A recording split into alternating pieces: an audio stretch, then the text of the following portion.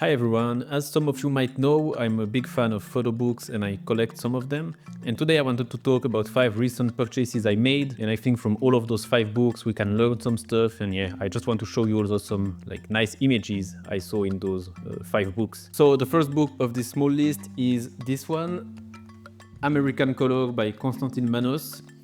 Many of you probably know about this book. It's a bit of a classic of color photography. I also bought the second iteration of this book, American Color 2, but didn't open it yet.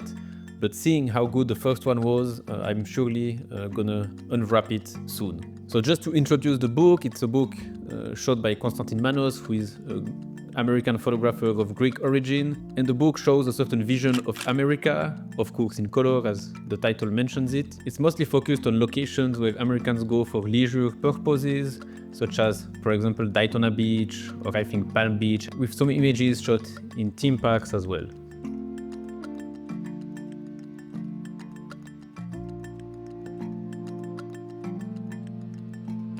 What I really liked about this book is that there is a lot of humor in it. It's a bit of a caricature of America, but as any good caricature, it is quite an accurate one.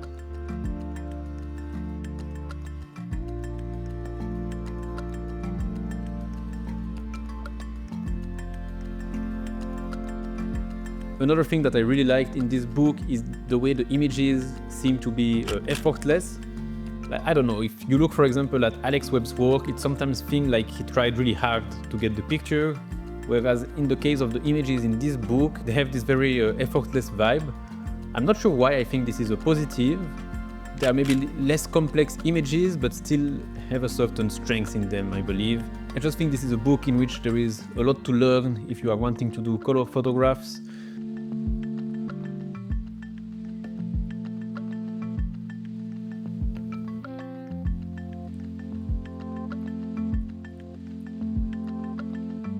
And also the book has a very strong sequencing in the sense that it really takes you on a bit of a tour of the America that Konstantin Manos decided to photograph, the one that he took an interest in. So moving on to the second book, it's a book by Tiandoan Champasak, a photographer from whom I wanted to buy books for a long time. I was especially interested in getting his Kolkata book, but couldn't find it at a price I'm ready to pay for it. And in the end, I ended up finding this one, Credo, which contains images shot in Haiti and India between 2003 and 2007.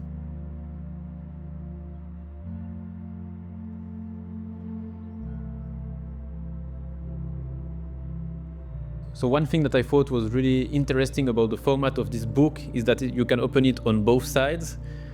And one side shows images from India, the other side shows images from Haiti. The book focuses mostly on the way the people from those two countries have a religion that worships, or at least gives a lot of importance to nature, so it focuses on one side on that. It does it by showing, of course, scenes that have a link to nature, but it also has a strong focus on textures of natural elements, but also textures of humans through images that display a lot of skin. So we can say it's a very carnal book. Some would call it even erotic. Another thing that's interesting is that this book is printed with risograph technique, which I think participate to the darkness and the textured aspect of the photos. So I like this book for all of those reasons, but the main one is that it also contains simply great images, such as these ones.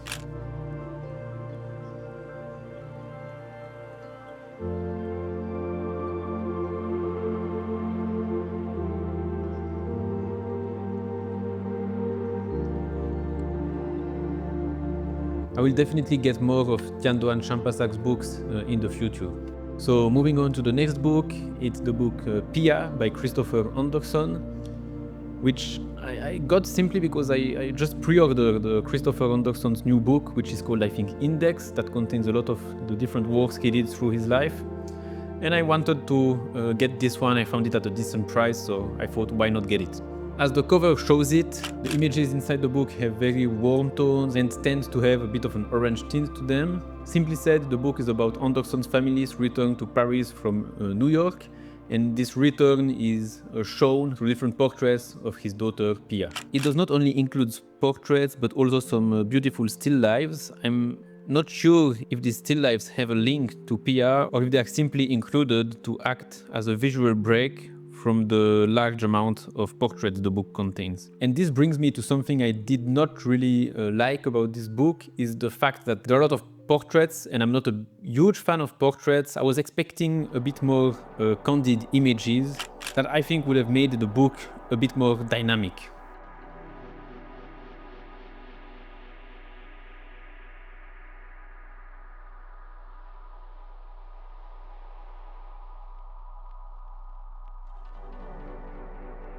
Don't get me wrong though, the portraits are very beautifully shot. I mean, Anderson is a great photographer and he knows what he's doing.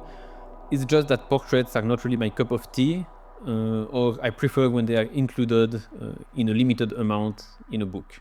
Still, I thought to include the book in this list as I liked it, and I think it's an important book to get if you want to find some inspiration and to find interesting ways of capturing your family. So this brings us to the fourth book of this rating, which is Berner Blitz by René Burri, a photographer who I never really had the chance to study the work. I'm not sure if I was underestimating him or thinking he was just famous because of that Che Guevara portrait, but I ended up thinking that his work might be interesting, and as he's Swiss, I had a bit of patriotism and thought I needed to at least have one book from this photography legend.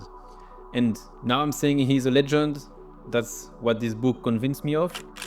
And I have since then studied more of his work, and I really appreciate the work of René Burri a lot. It's a bit strange because I started studying the work of René Burri with this book, which contains only color images, although Burri is mostly known as a photographer that shoots in black and white. The book is organized by themes such as politics, death, industry, or religion and spirituality. There are some images that I thought were a bit underwhelming, and I think they were mostly included because how closely they fit to those themes that the book is organized into. And it also contains some extremely strong photographs, such as those ones.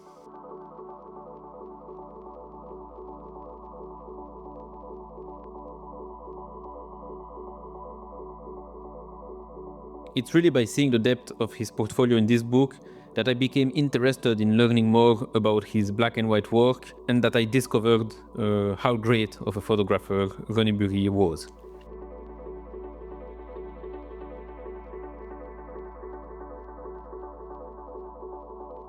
I now really need to get some more of his books, and to help me achieve that goal, you can check my shop. I'm selling some of my zines, and you can also subscribe, like this video, check my Substack, check my Instagrams, and so on. Thank you. So the next book purchase that I'm going to show you now is by none other than Daido Moriyama, the Japanese photography legend that every one of you probably knows. And it's one of those photographers I knew I liked the work a lot, but I never knew really which book I should get from him.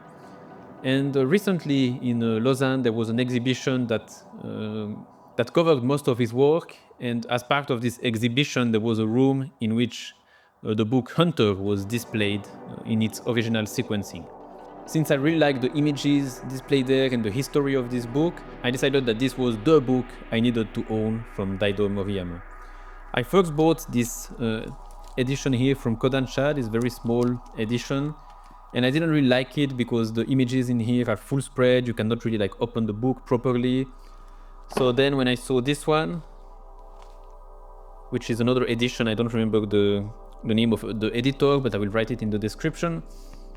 But it's a much larger book, the images have more space to breathe, and there are no full spread, so you can really study each image in the best possible way. So this book is conceived as a bit of an homage to Jacques Kerouac's novel On the Road, which inspired Daido Moriyama to go on a long trip in Japan just with his car. Those images were all shot during that trip.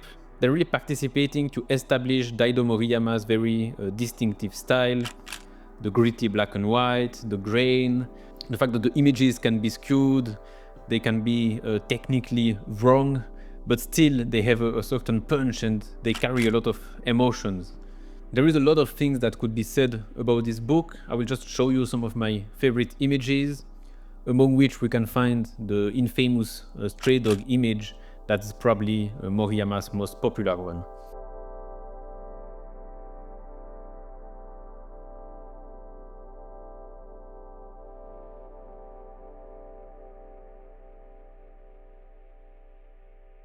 The book is really a lesson of photography by itself.